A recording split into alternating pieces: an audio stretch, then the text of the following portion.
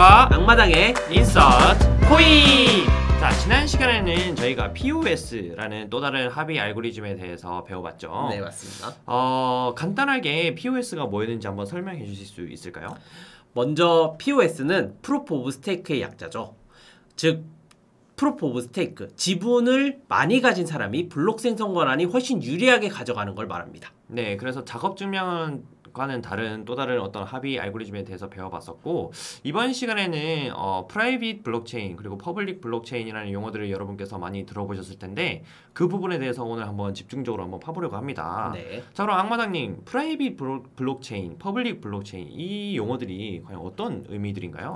먼저 퍼블릭 블록체인과 프라이빗 블록체인을 구분을 사실 잘 하셔야 되는데요. 네. 이 부분은 조금 중요할 수도 있는 부분이라 좀 주의 깊게 들어주셨으면 감사하겠습니다. 네.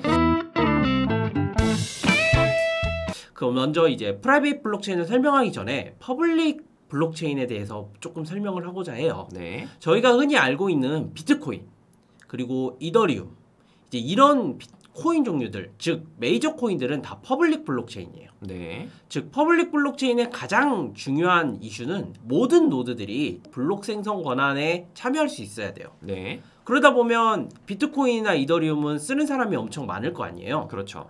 그럼 자연스럽게 합의 과정을 가져가는데 되게 느려질 수밖에 없어요. 네. 즉 퍼블릭 블록체인은 속도가 엄청 느린 대신 굉장히 공정하다는 장점을 가지고 있는 거죠. 그래서 우리가 흔히 말하는 이제 탈중앙화라는 네. 플랫폼, 이 블록체인이라는 시스템을 이용할 수 있게 되는 거죠. 네, 맞습니다. 네. 그리고 이제 느려진 속도 때문에 사실 회사라든지 기업들은 사용하기가 굉장히 까다로울 거예요. 그렇죠. 우리는 이제 여러분들이 이제 흔히 네이버를 사용을 하시잖아요. 네. 버튼 하나 누르는데 이 버튼이 동작하는데 1초 이상이 걸리면 인터넷이 끊겼나? 라는 생각이 들 거 아니에요. 답답하죠. 네. 그걸 해결하기 위해서 프라이빗 블록체인이 등장을 했어요. 네.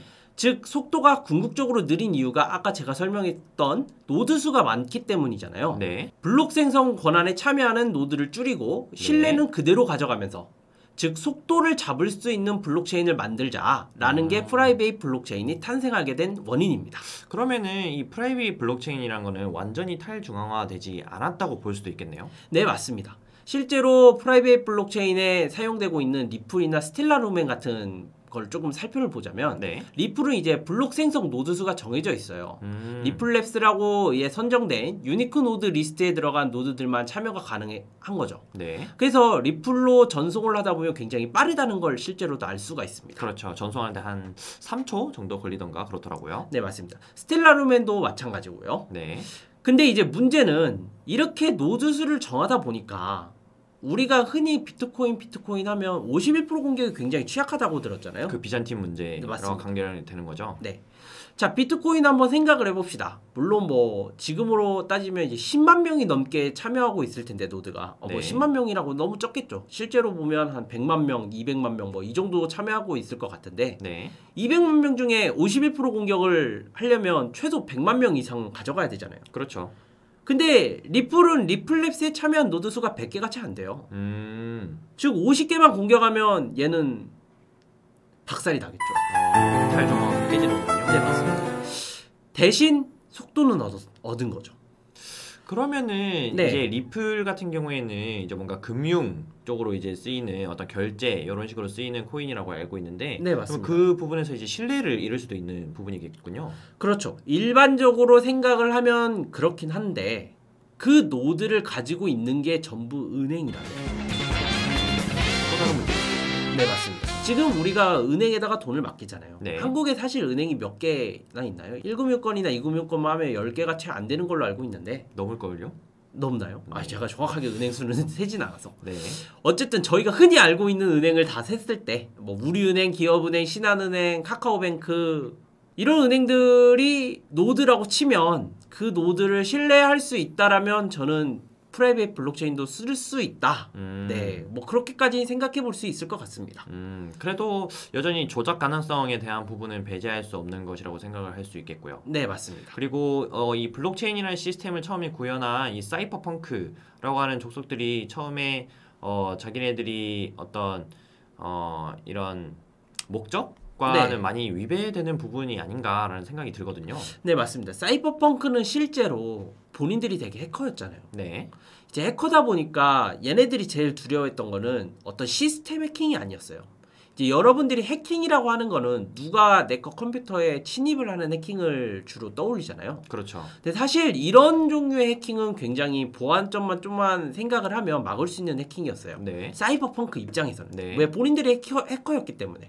근데 얘네들이 진짜로 두려웠던 거는 위에서부터의 해킹이에요. 위에서부터 해킹이라면 네. 무슨 말이죠? 예를 들자면 이런 거죠. 은행에 50원을 맡겼는데 네. 우리 은행 사장님이 내 돈에 있는 50원이 0원이라고 우기는 거예요.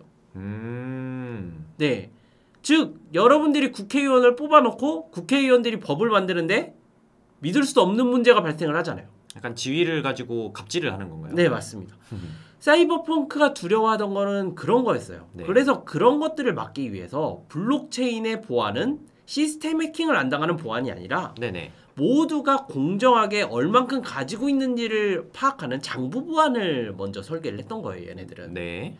그런 의미에서 사이버펑크는 그런 의미에서 퍼블릭 블록체인을 만들어냈는데 이제 이런 것들이 기업이 쓰려다 보니까 네. 이제 회사 입장에서는 사실 본인들이 권한을 가지길 원하지 어떤 소비자에게 소비자 권한을 다 줄 수는 없는 거잖아요. 그렇죠. 그리고 또 속도 문제도 있고요. 네. 그러다 보니까 이제 프라이빗 블록체인은 어쩔 수 없이 인서트 코인 화이팅!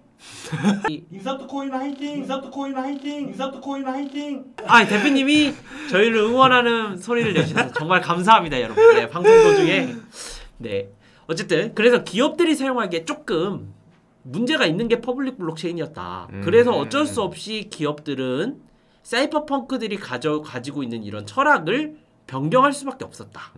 그래서 프라이빗 블록체인을 기업들이 사용할 수밖에 없었고 실제로 프라이빗 블록체인들이 우리 실생활에 쓰일 가능성이 굉장히 높다라고 저는 좀 주장을 하고 싶습니다. 그래서 사실 이 사이버펑크의 정신을 이어받은 비탈릭 부테리는 네. 이 이더리움의 창시자는 이 부분을 굉장히 싫어하죠. 네, 맞습니다. 비탈릭 부타리는 지난번에 거래소들 보고 지옥에 가서 불타라 라고 할 정도로 정말로 이 부분을 싫어하시는데 네. 어쩔 수 없는 거죠. 이 완전한 탈중앙화를 꿈꿨던 블록체인 시스템이 아니기 때문이겠죠. 네, 맞습니다. 자, 그래서 오늘은 이 프라이빗 블록체인과 퍼블릭 블록체인이 무슨 의미인지 이 용어에 대해서 궁금하셨던 분들의 어떤 궁금증을 해결하는 시간이 되지 않았나 싶습니다. 자, 다음 시간에는 저희가 EOS 그리고 DPoS, BFT라는 네. 용어들에 대해서 설명드릴 텐데요. 사실 이 부분을 이제 저희가 맨 처음 이제 이더리움 대 EOS 편에서 좀 설명을 드렸었는데 이번에 짧은 영상으로 다시 한번 여러분께 찾아뵈려고 합니다. 자, 인서트 코인 많이 사랑해 주시고요. 구독과 좋아요 제발 꼭 좀 눌러주시고, 자, 그러면 다음 시간에 또 뵙도록 하겠습니다. 지금까지 에릭과 악마당의 인서트 코인이었습니다.